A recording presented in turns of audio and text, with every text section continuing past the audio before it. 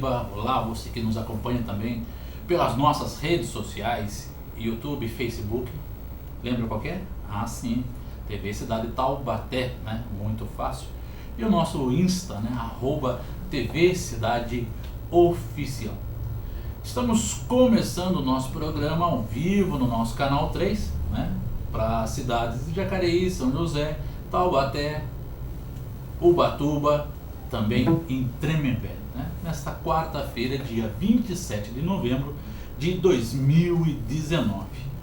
Hoje que é o dia do profissional técnico de segurança do trabalho, e a gente aproveita para homenagear o nosso querido amigo, né? Inclusive estivemos junto com ele ontem, Manuel Messias, que é professor aí da área lá na Escola Tablô, né? Também é ator e fez conosco aqui mais recentemente o filme Monólogo do Ser Louco, né? Que em breve estaremos estreando.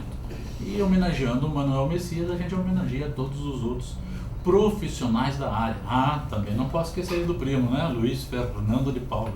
Esteve hoje com a gente visitando.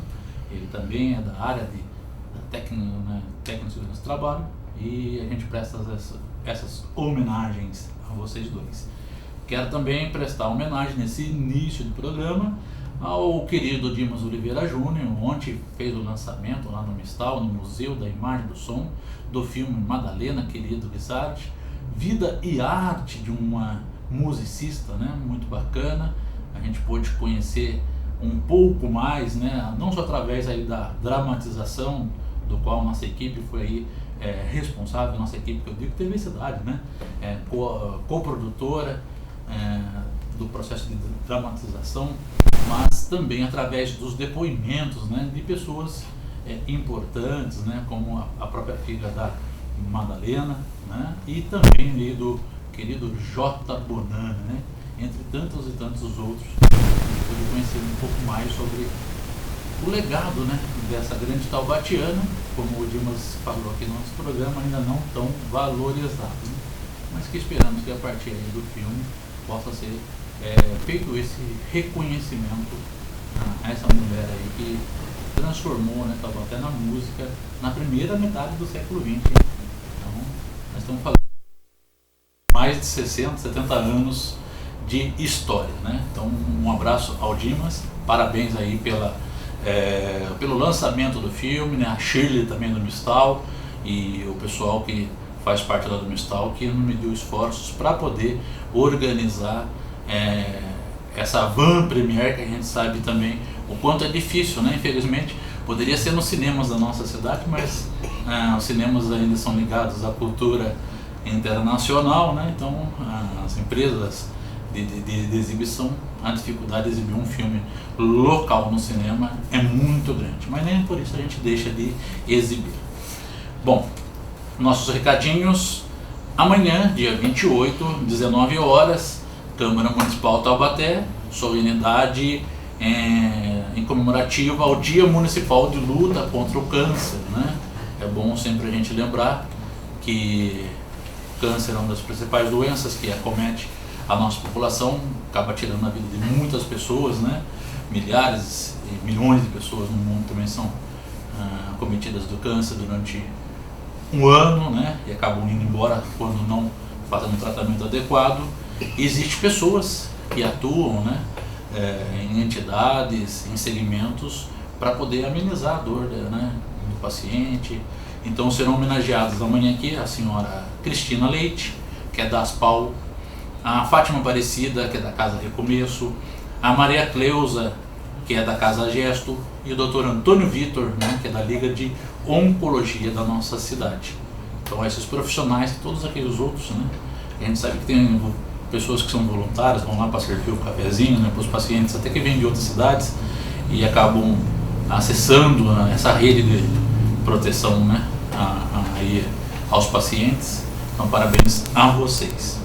E também recebemos aqui o convite, como eu disse anteriormente em outro programa muito bonito, né?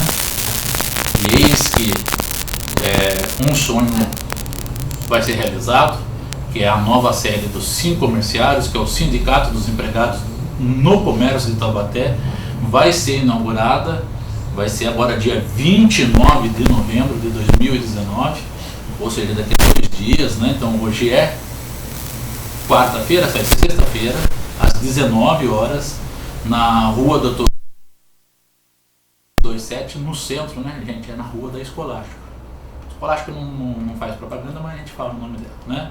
Então o Carlos Dionísio de Moraes, o presidente lá, está convidando, né, a todos os taubatianos para poder prestigiar aí a inauguração da nova sede da entidade, né? E também o nosso amigo Camões pediu para a gente reforçar, né? Encontrei o Camões ontem lá também na Van Premier, né?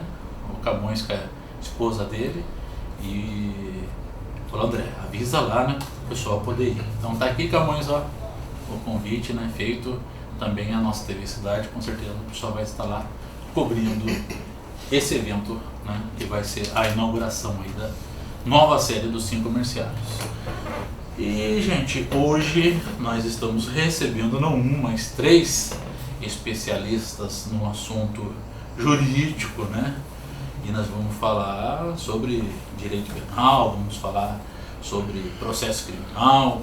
Estou recebendo aqui eles que são advogados criminalistas, o Marcos Alexandre da Silva, o Pedro Renan Frazílio dos Santos, o Igor Antico Saldanha Stefano, né?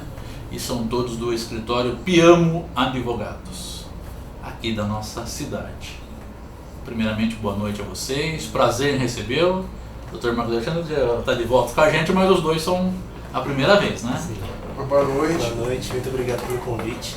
Prazer estar aqui hoje com você. Acho que eu não escutei sua boa noite. Eu ia falar. O Dr. Marcos está acanhado, né?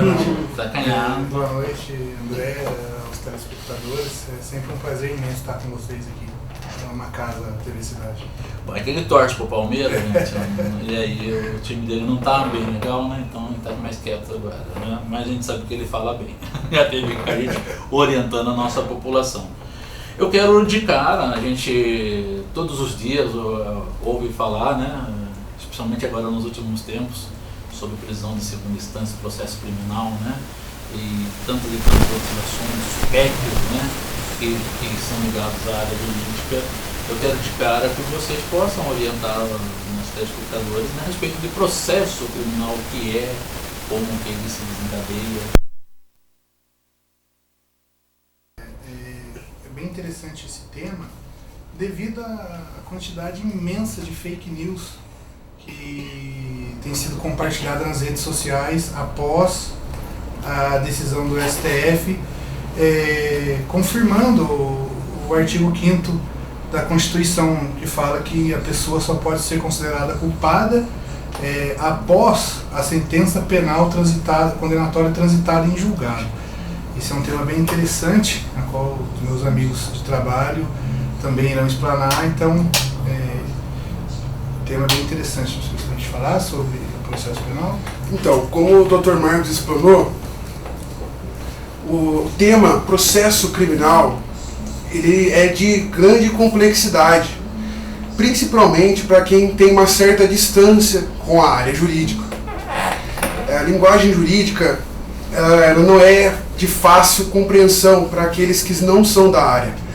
E cada vez mais torna-se uma função de nós, operadores do direito, trazer uma maneira mais simples para que toda a população possa compreender. Afinal, todos nós, um dia, podemos ser levados à justiça, certo? O processo criminal, ele se inicia logo após o cometimento de um crime, certo? Vamos supor que a pessoa é presa em flagrante de delito. Ela é presa no momento em que ela está cometendo o crime ou logo após de ter cometido o crime.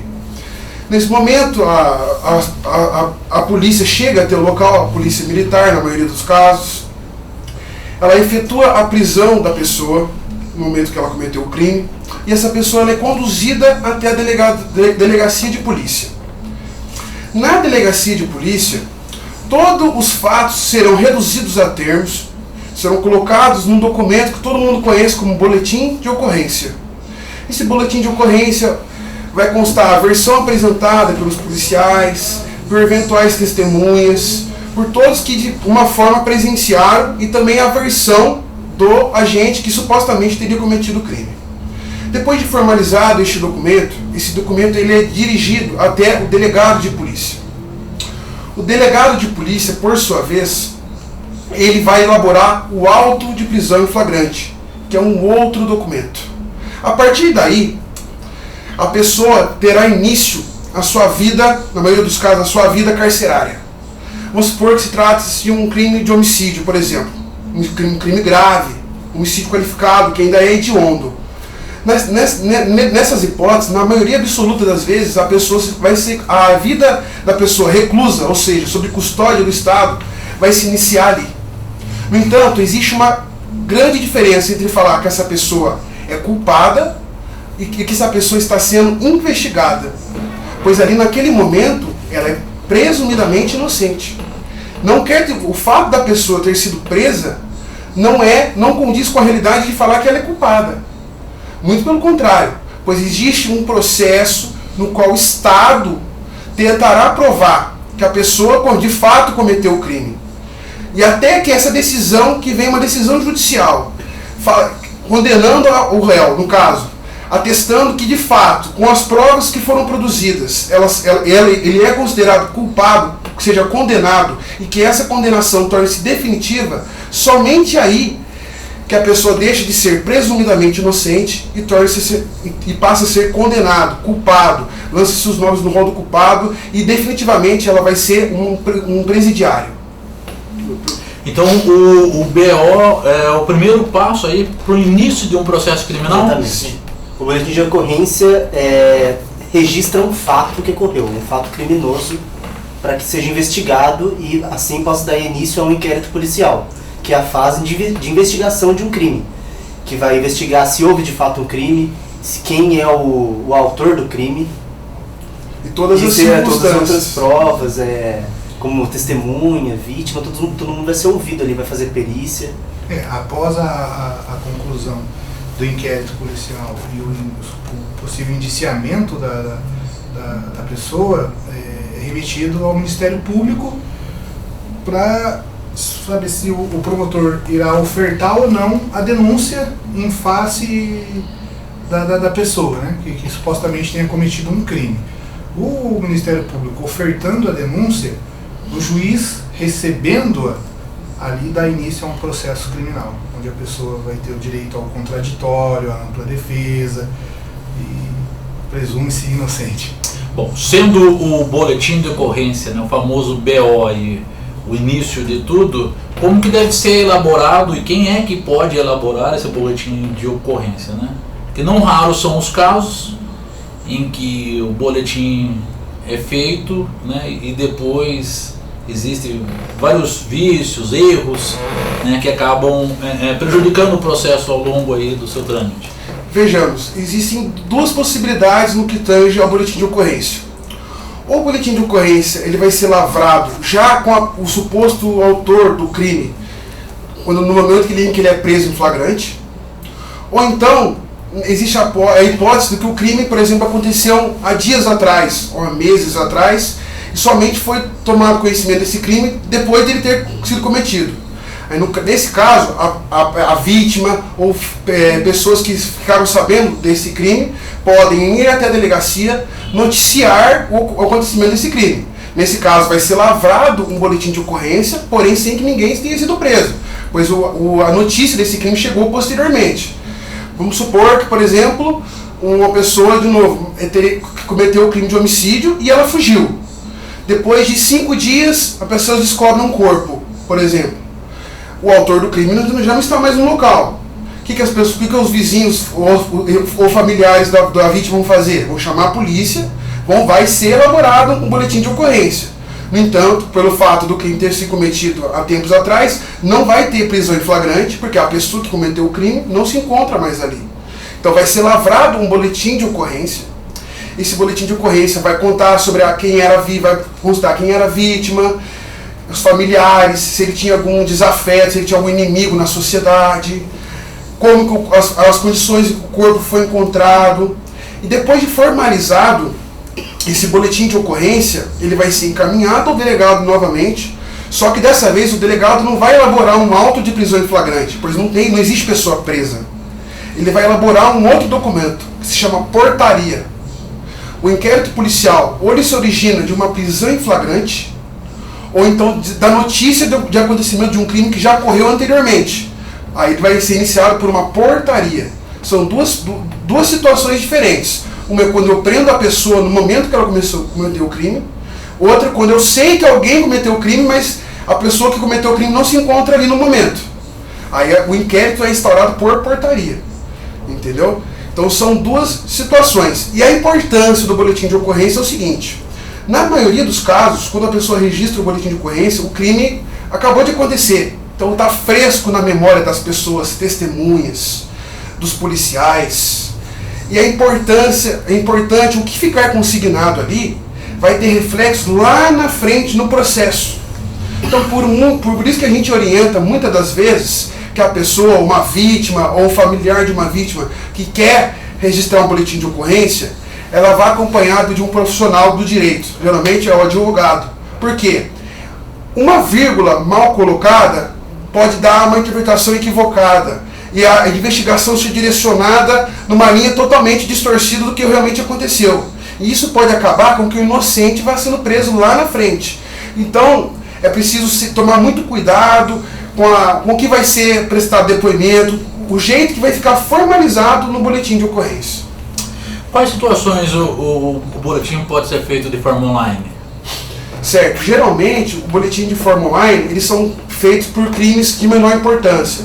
Não que todos os crimes são importantes, mas os de menor relevância. Geralmente é o crime de ameaça, o crime de lesão corporal leve, por exemplo, acidentes de trânsito sem vítima. Ele pode ser feito online, porque muitas pessoas, quando batem o carro assim no trânsito, falam assim, eu não vou registrar BO porque eu tenho que ir para a delegacia, demora, eu tenho que trabalhar, tenho que pegar meu filho na escola. Mas as pessoas muitas vezes não sabem que esse BO pode ser registrado online. A pessoa nem precisa sair da casa dela para registrar um boletim de ocorrência de acidente de trânsito sem vítimas, por exemplo. Agora é diferente, se tem vítima no acidente de trânsito, a pessoa realmente tem que ir até a delegacia e fazer o boletim de ocorrência lá. Então, crimes de menor potencial ofensivo, ameaça, lesão leve, crime de dano, invasão ao domicílio, tudo nessas hipóteses é possível que o boletim seja registrado por via online, entendeu?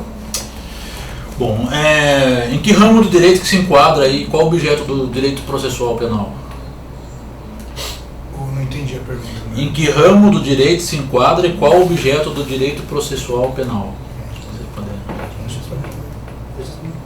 Bom, o direito processual penal, ele é a ciência processual no qual ele estuda e prevê as normas que regirão todo o andamento processual envolvendo um crime. Por exemplo, para o direito civil, nós temos o direito processual civil. Ele vai regular os processos da área civil. Contratos, assim, questões de indenização, temos um regulamento próprio para os processos, o Código de Processo Civil. Quando comete-se um crime, existe o Código de Processo Penal, que nada mais é o conjunto de regramentos, normas e princípios que regem todo o andamento processual no qual o Estado apura o cometimento de um crime, certo?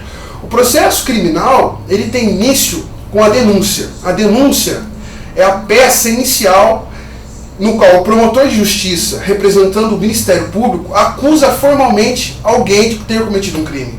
Então, nós temos duas situações.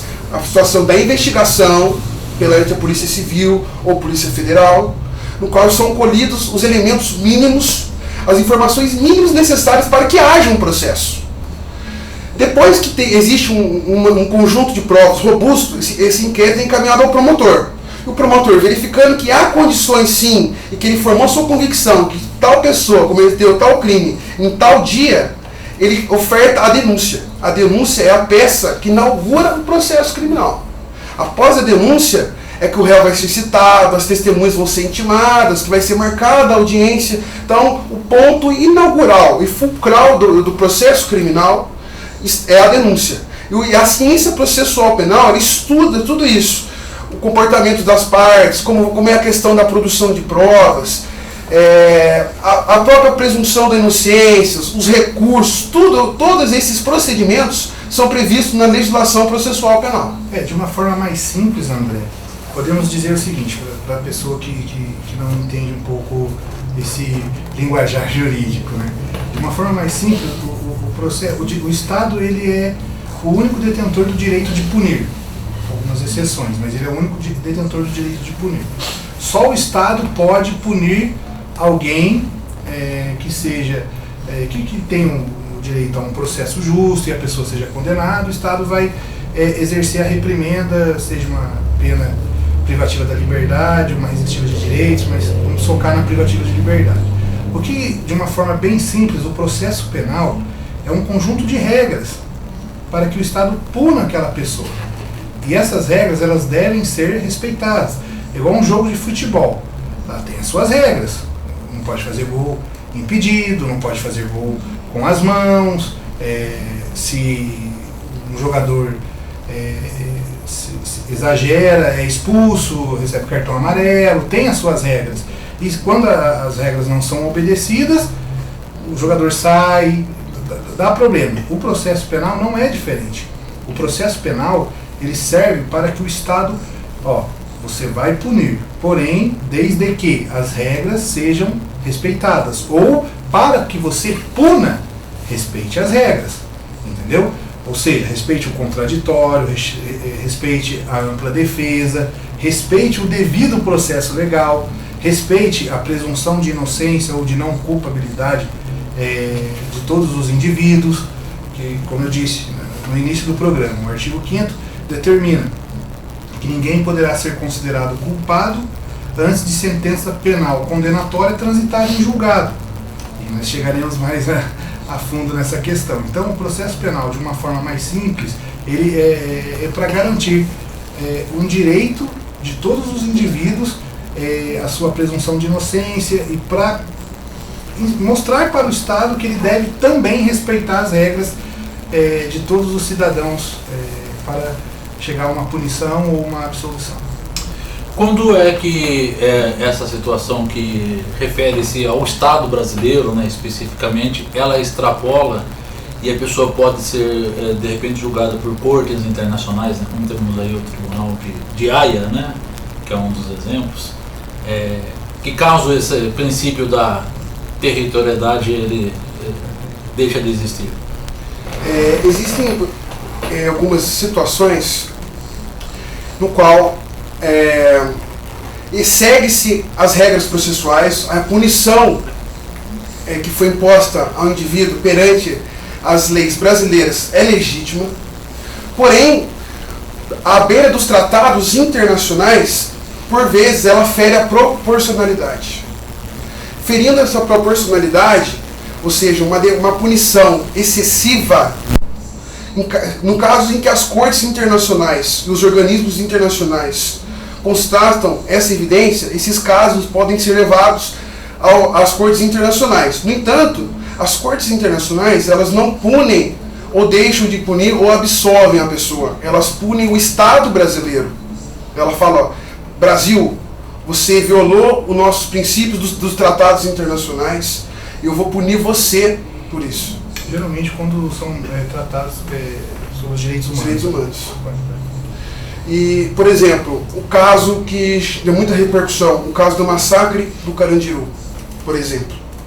É um caso que vários organismos internacionais estão acompanhando bem de perto, porque foi um caso que deu repercussão internacional. Foi o próprio Estado o executor de pessoas que estavam em custódia do próprio Estado, pessoas que a princípio não teriam como apresentar qualquer tipo de resistência em detrimento da força policial.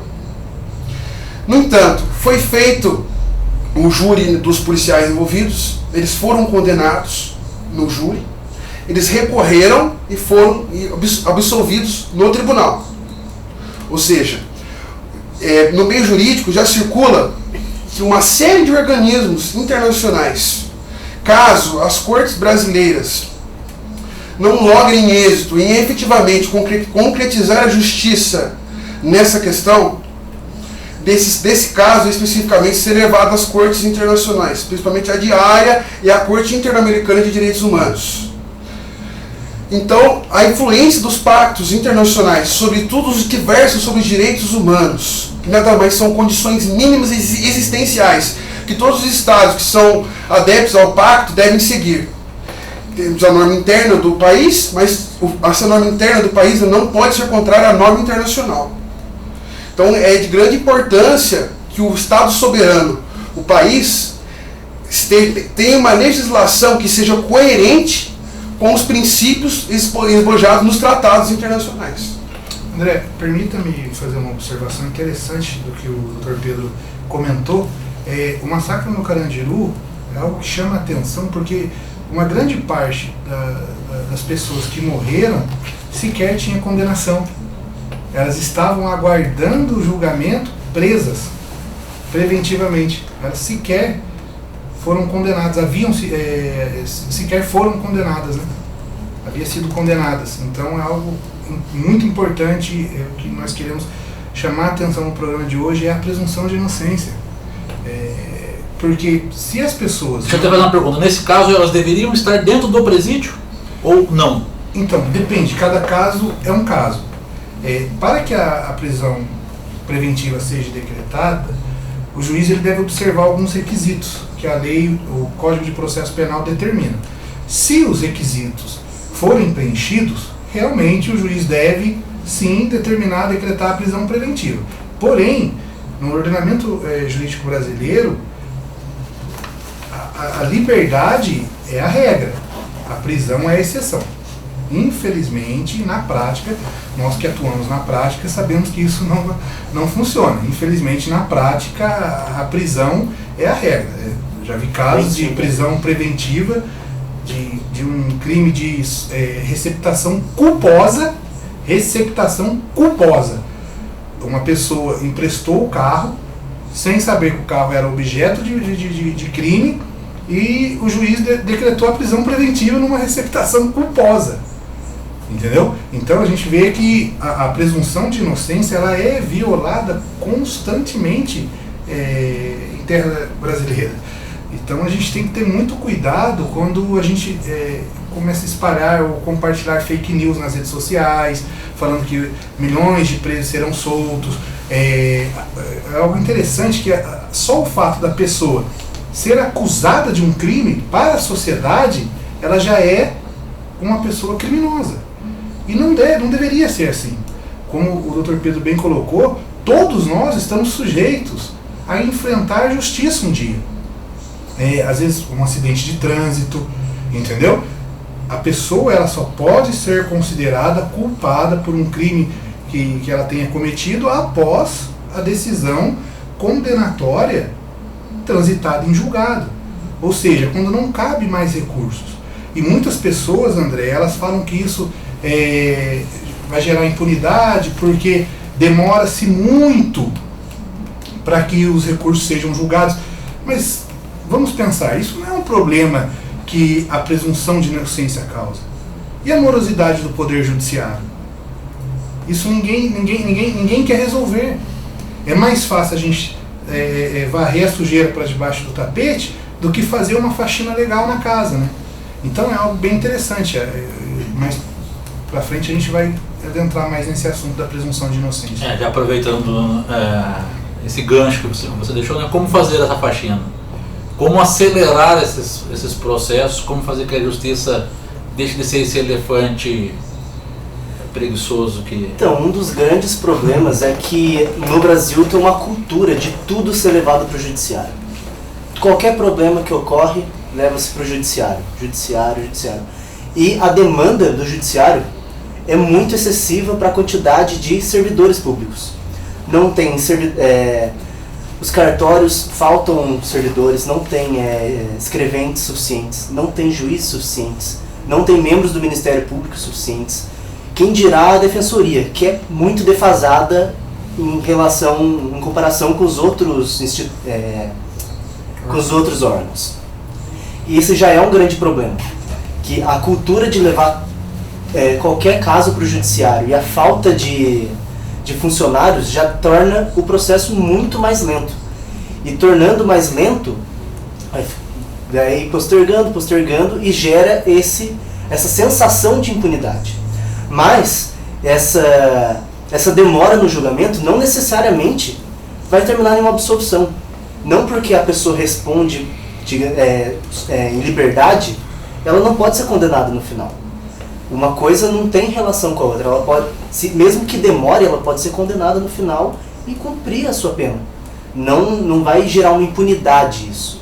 Mas sim, é um problema que devemos sim combater com todas as forças para que os julgamentos para o próprio réu.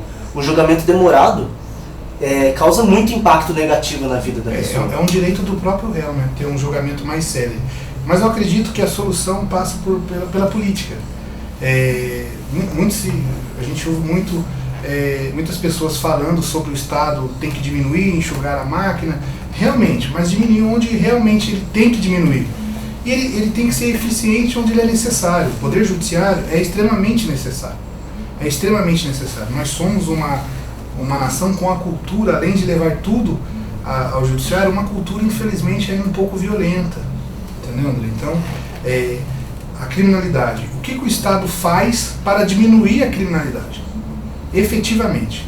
Não só na teoria. Isso é uma pergunta que toda a sociedade deveria fazer. Porque diminuindo a criminalidade, diminui as demandas na justiça criminal. Certo? Diminuir, acabar, zerar a criminalidade, isso é utopia. Isso não tem como. Mas diminuir tem como. É possível. Vários países que outrora tinham uma criminalidade mais alta e conseguiram diminuir investindo em políticas públicas eficientes, educação, principalmente a educação. Ou seja, o Estado tomou para si aquele problema. Ele não foi omisso, ele tomou para si, para resolver aquele problema. Aqui, nós estamos fazendo o contrário. Nós estamos mirando o nosso canhão naquilo que nos protege de um possível arbítrio estatal, que é a presunção de inocência. Constantemente, você que está me assistindo, você pode abrir aí, consultar na internet. Pessoas são presas injustamente. A questão da descriminalização das drogas também não contribuiria para ajudar nessa diminuição da criminalidade, tratando-a como um caso também de saúde pública? Isso é um tema que é muito estudado pelos operadores do direito, pois nós percebemos na sociedade que nós vivemos hoje uma certa seletividade no que tange à ingestão de drogas e álcool. Por exemplo, os efeitos do álcool são equiparados e até mesmo piores que muitas drogas. E o álcool, qualquer pessoa maior de 18 anos compra facilmente, ingere pela quantidade que quer, e nem por conta disso, nem a pessoa que vende o álcool, nem a pessoa que ingere o álcool é presa. Então, muitos estudos se direcionam no sentido do quê? Por que o Estado deve controlar aquilo que a pessoa quer ingerir no seu próprio corpo, sendo que a princípio ela não está fazendo mal algum? E por que certas substâncias são permitidas e outras não? Porque se a gente pegar a nossa população carcerária, a maioria absoluta vem das minorias. E essas minorias estão envolvidas em sua grande parte com o tráfico de drogas. Essa é uma questão do qual eu comungo a opinião que deveria ser tratada como uma política pública de saúde, e não uma política pública de penal envolvida. Porque isso acarreta uma série de outros problemas. Isso acarreta presídios lotados, quando o Estado deveria nutrir esforços para crimes graves, crimes violentos, crimes hediondos, e não se voltar mecanismos estatais para políticas penais que se desdobram sobre a injeção de drogas. Isso deveria ser, na minha humilde opinião, uma política pública social, de cunho social, para a qual o Estado deveria sim investir em políticas públicas de forma a inibir que essas pessoas ingerissem drogas, e isso consequentemente iria esbarrar no tráfico paralelo de drogas, que hoje é um instituto no qual as facções se usam para se fortalecer, vendendo drogas. Com o dinheiro das drogas elas compram armas, e assim sucessivamente. Então o Estado deveria refletir, e a sociedade também, que ela é muito conservadora nesse aspecto, sobre esse seletivismo.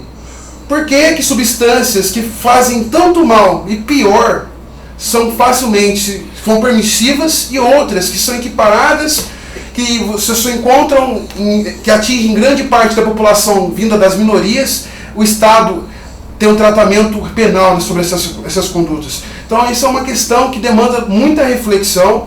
No entanto, em virtude do nosso conservadorismo presente na nossa sociedade nos dias de hoje, é um tema que até os nossos próprios políticos se abstêm de falar e de debater, com medo disso refletir nos votos, porque infelizmente a nossa sociedade é muito conservadora. E vai criando outros problemas, né? Esse medo da gente quebrar um tabu, pelo menos chamar a sociedade para o debate. O direito penal, ele não pode punir uma pessoa. Um exemplo, o direito penal, ele não pode punir uma pessoa que tenta cometer suicídio. Ele não pode punir essa pessoa. A pessoa, ela está fazendo mal para ela mesma, certo? Mas o direito penal, ele não pode. Uma pessoa dessa é tratada como um problema de saúde, certo? É a mesma coisa as drogas. Desde que o dependente químico ele não agrida direito alheio, o direito penal não poderia atingir. Entendeu? Não poderia atingir. Nós vemos assim, no caso prático, André, pessoas que são dependentes, nós temos clientes, inclusive, que são dependentes químicos e são enquadrados como traficantes. Essas pessoas, dentro de uma cadeia, elas são presas fáceis para organizações criminosas, entendeu? Elas são presas fáceis. E um problema que poderia ser resolvido de uma forma diferente, conforme Portugal, Uruguai, e outros países, mais Holanda, estão fazendo, alcançando êxito, não. Aqui sequer temos a coragem de debater esse assunto, de conversar, de chamar a sociedade. Mas o álcool não tem problema. Mas o cigarro também não tem problema. Entendeu? É algo, digamos assim, mais moral, né? Bom, você falou da questão da presunção de inocência, né? Até que ponto aí a pessoa é inocente, até que prova o contrário mesmo? Quando que ela deixa aí de ser inocente realmente, né? Quando ela deveria deixar de ser inocente? Ela deveria deixar de ser inocente, como diz o artigo 5º artigo 5º, inciso 57 da Constituição, e o artigo 283 do Código de Processo Penal, a partir de uma sentença penal condenatória transitada em julgado. O que seria? Uma decisão judicial que condenasse alguém a um fato criminoso e que não coubesse mais nenhum tipo de recurso, seja porque o réu desistiu de recorrer ou porque ele já recorreu até a última instância e a partir dali não tem mais nenhum recurso não tem mais como recorrer. A partir dali tem um termo que é dado no processo que é o trânsito em julgado, decretando isso, que a partir dali aquela sentença, aquela decisão judicial se torna imutável. Tem algumas exceções, né, como a revisão criminal, que pode mudar, mas tem muitos requisitos, não é uma coisa fácil de ser alterada. Em tese mesmo seria a sentença penal condenatória transitada em julgado. Assim que tem o trânsito em julgado numa decisão condenatória, a pessoa deixaria de ser inocente, tornando-se sim, então, culpado. Agora, quantas são as instâncias que a pessoa, né, através aí dos seus advogados, ela pode recorrer, né? A sociedade nossa, por conta também da morosidade da justiça, às vezes até brinca, né? A pessoa recorre à 10ª instância, né? E continua aí solta, ou o processo continua. Quantas são essas instâncias e como funciona cada uma delas? Então, funciona assim. Primeiro, nós temos o juiz de direito, que ao proferir a sua sentença está ali representando a primeira instância. Então, a primeira instância seria o juiz. Dessa sentença proferida para o juiz, ela cabe um recurso ao Tribunal de Justiça. O Tribunal de Justiça, perante a Justiça Estadual, ele fica nas capitais. Aqui em São Paulo é o Tribunal de Justiça de São Paulo, no qual esse recurso será julgado por desembargadores, por no mínimo 3 desembargadores em cada recurso. Esses desembargadores do Tribunal de Justiça representam a segunda instância, certo? Acima disso, nós temos os tribunais superiores, no quais pertencem o STJ, que é o Superior Tribunal de Justiça, e, por fim, o conhecido, principalmente na mídia, o Supremo Tribunal Federal, o STF. Depois do julgamento do recurso do Tribunal de Justiça, que é a segunda instância, existem duas opções. Ou, dependendo do caso, é lógico, ou ingressa-se com recurso perante o STJ, o Superior Tribunal de Justiça, ou diretamente ao STF, pois existem hipóteses de cabimento, ou seja, cada caso tem que ser avaliado para ver se ele será encaminhado ao STJ ou ao STF. Por exemplo, se o que estiver se questionando no processo se está relacionado a alguma lei federal, o recurso será direcionado ao STJ, ao Superior Tribunal de Justiça. Se o que estiver sendo questionado no recurso é um dispositivo da Constituição ou uma norma reflexa a ela, o recurso será encaminhado ao Supremo Tribunal Federal. O Supremo Tribunal Federal é aquele composto pelos 11 ministros que aparecem constantemente na mídia. Já no STJ, ele possui uma composição mais ampla, são 33 ministros, no qual geralmente a mídia eles não aparecem muito na mídia, pois a maioria massiva dos recursos, principalmente envolvendo políticos, eles vão diretamente ao STF em virtude do fórum privilegiado. Então, ao todos, existe a primeira instância, a segunda instância e as duas cortes superiores, o STJ e o STF. Após isso, dependendo do caso, pode cair naquele caso das cortes internacionais, mas são hipóteses bem restritas de cabimento e, a princípio, a maioria maçante dos casos, os recursos esgotam no STF. Acabou-se no STF, vai ocorrer algo que o doutor Lico falou, ocorre o trânsito em julgado, aquela decisão judicial torna-se perpétua, ela não pode ser mudada, mas ela se torna imutável, e ali o processo como um todo chega ao final. Aí a pessoa efetivamente vai começar a cumprir pena. Interessante, André, deixa eu só fazer mais uma observação, com licença. Muitas pessoas, conforme você mesmo disse, elas falam, a pessoa vai ficar recorrendo à 10ª instância, vai ficar solto, a impunidade. Não, porque na maioria dos casos a prisão preventiva ela é decretada. O que deveria ser exceção, infelizmente, tem se tornado a regra no Brasil. Entendeu? Um exemplo, se o juiz observar que o réu ele pode, solto, ameaçar a testemunha, ele pode decretar a prisão preventiva. Existe o direito à presunção de inocência ou não culpabilidade, é um direito fundamental. É um direito fundamental de todo ser humano. O que acontece?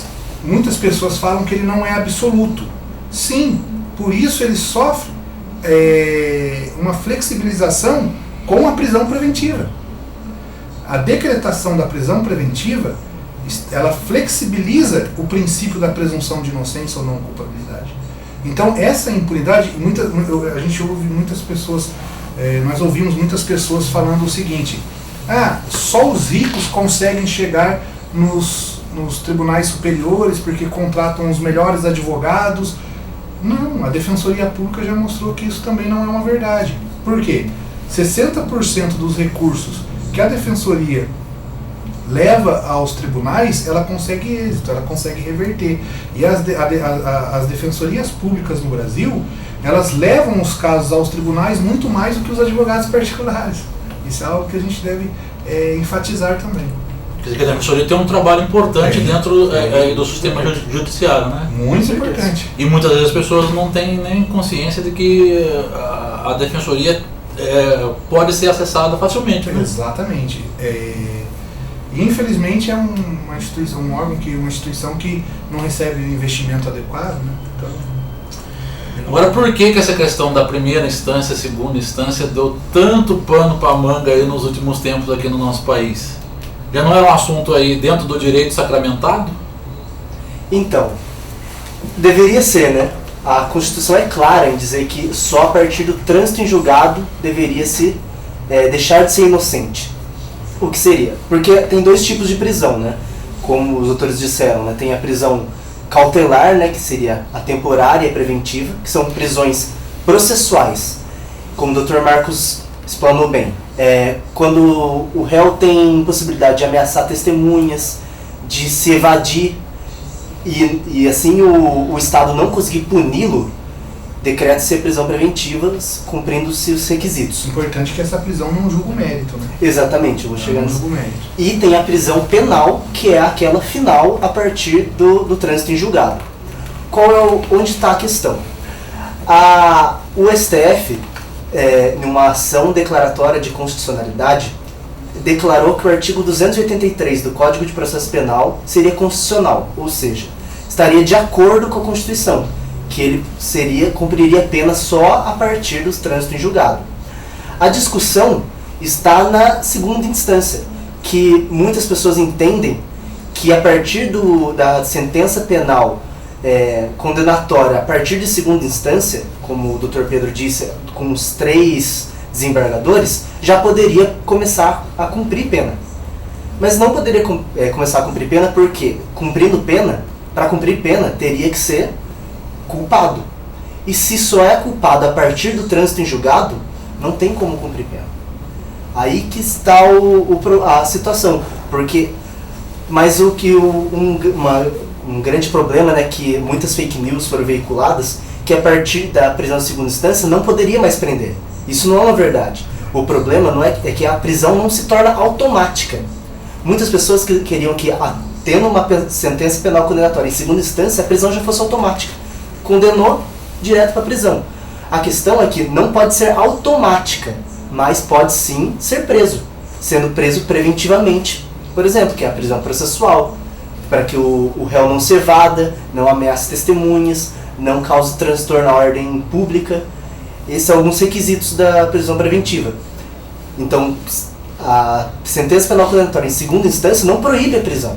Ela apenas não torna a prisão automática, podendo ser preso preventivamente, por exemplo. Antes do julgamento do ex-presidente Lula, o STF entendia que a prisão só após o trânsito em julgado.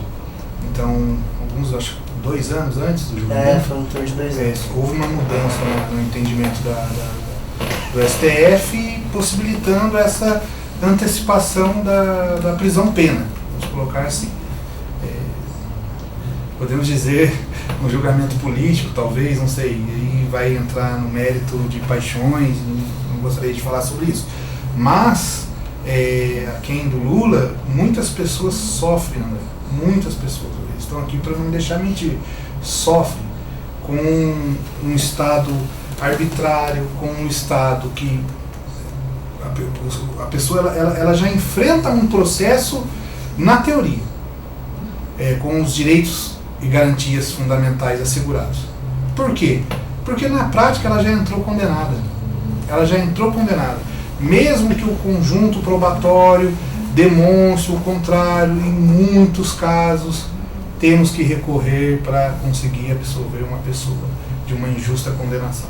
Então a presunção de inocência é que o tempo é curto, mas é um tema muito interessante, é um tema que eu vejo muitas pessoas requerendo, buscando a prisão em segunda instância, só que elas se esquecem que a presunção de inocência ou de não culpabilidade seria para nós, meros mortais, um escudo contra um Estado tirano, contra um Estado arbitrário. Porque nessa relação Estado e cidadão, o Estado tem muito mais força, né? O Estado tem muito mais força. Então nós precisamos de proteções. E a presunção de inocência ou não culpabilidade, ela é uma proteção. Entendeu? A pessoa ela só pode deixar de ser considerada inocente após a decisão transitada em julgado.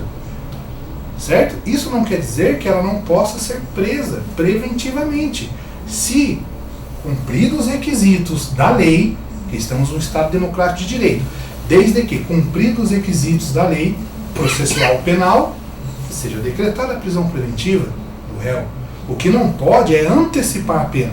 Eu antecipo a pena da pessoa. E se ela for absolvida depois? Como fica? Como fica? Ah, mas uma pessoa... Não. A liberdade, ela é um direito fundamental. Tão importante quanto a vida. A liberdade, ela é um direito fundamental tão importante quanto a vida. Quer fazer uma observação? Só? Uma observação que eu percebi nas mídias sociais, pessoas pedindo o fim do STF, que o STF é uma vergonha. E eu fiz uma reflexão, pedi no escritório dos meus sócios, no seguinte sentido: o STF, além de julgar recursos, além de processar criminalmente aqueles que detêm foro privilegiado, ele é considerado o guardião da nossa Constituição.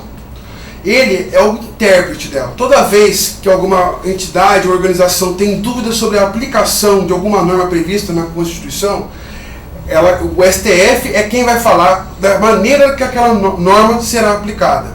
O STF ele não tem compromisso com as vozes das ruas. Ele não deve ceder ante ao clamor social. Ele deve prezar pela letra da Constituição. Aquilo que foi estipulado em 1988 pelos constituintes. Ele não deve ouvir as vozes das ruas. O STF é o poder judiciário, ele não é o poder legislativo, ele não representa o povo ali. Ele representa a Constituição viva. E a Constituição viva deve ser aplicada, agrade a Chico, agrade a Francisco. Bom, no meio desse arcabouço jurídico todo, né, a gente sempre está escutando a questão de PECs, né? PECs. Agora, as últimas, as mais recentes, as mais afamadas é a 0519 e a 410. O que diz cada um aí, qual que é a... Então, são as PECs, né? É uma proposta de emenda constitucional para alterar o texto da Constituição. Então, a PEC 5 de 2019 visa alterar o artigo 93 da Constituição Federal para que as sentenças, os acórdãos, né, seriam as sentenças de segundo grau já fossem postos em prática, já fossem executados.